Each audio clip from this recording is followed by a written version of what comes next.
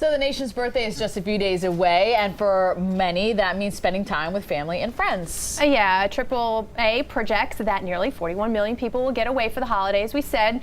Here to give us the details on how many people plan to hit the road is Robert Sinclair, Media Relations Manager with AAA New York. Robert, good morning. Good morning. Now, it falls on a Thursday. That adds another little twist to the whole traveling thing. Right, the calendar effect. Last year, the holiday was on a Wednesday, and since Americans get the fewest number of vacation days of any workers in the industrialized world, we usually combine some vacation days with the holiday. All it takes is that one day, and we try and make a long weekend out of it. With the holiday last year, on a Wednesday, we combined the Tuesday and made a 6-day holiday. This year, the holiday is on a Thursday. We combine the Wednesday and make a 5-day holiday out of it. So it's shorter, and that leads to people traveling probably about 100 miles less on average, and shortens the overall effect. Tell us how you really feel about vacation days. The numbers hurt. Yeah, we need them. So what's your advice to people on how best to share the road? Because it gets so clogged around these times. Yeah, well, you consider that about 15% of the U.S. population is going to be on the move this weekend. Even though it's slightly lower than last year, it's still going to be a lot of people. So you need to pack your patience. Leave as early as possible. About a third of the people that we surveyed are going to be leaving on Wednesday, the day before the holiday.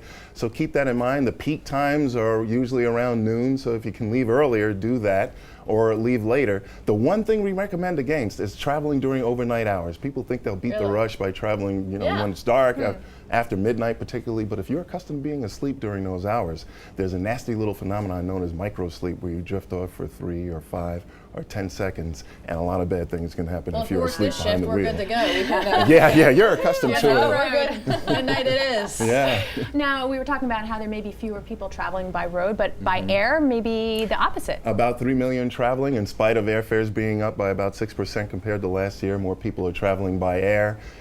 Hard to explain why that happens. There are far fewer planes available these days. A lot of them are sitting in mothballs out in the desert, and so the flights are full. And people, if they're going to take that holiday, and we look forward to going and seeing family and friends around these holiday times when we have these opportunities for days off, so people book in advance and more by air. You know, Robert, we only have about 30 seconds, so how are car rental rates and hotel rates looking? Car rental rates are up compared to last year, and Three Diamond hotel rates are also up compared to last year, and some hotel rates are up significantly, and some rental car rates we're seeing, like in San Francisco and here in New York, up by nearly 70%. It always kills me, the rental car, because it's like, oh, it's going to be $20, and then there's like 8 zillion taxes tacked onto that. Yeah, and there's the insurance, and that's one of the things to look stuff. out for. If your home policy covers your rental car, you don't need that extra insurance the way they make money. Robert Sinclair, happy 4th of July. Thank you. Thank you for, hope you're staying close to home and saving some money. Oh, yes.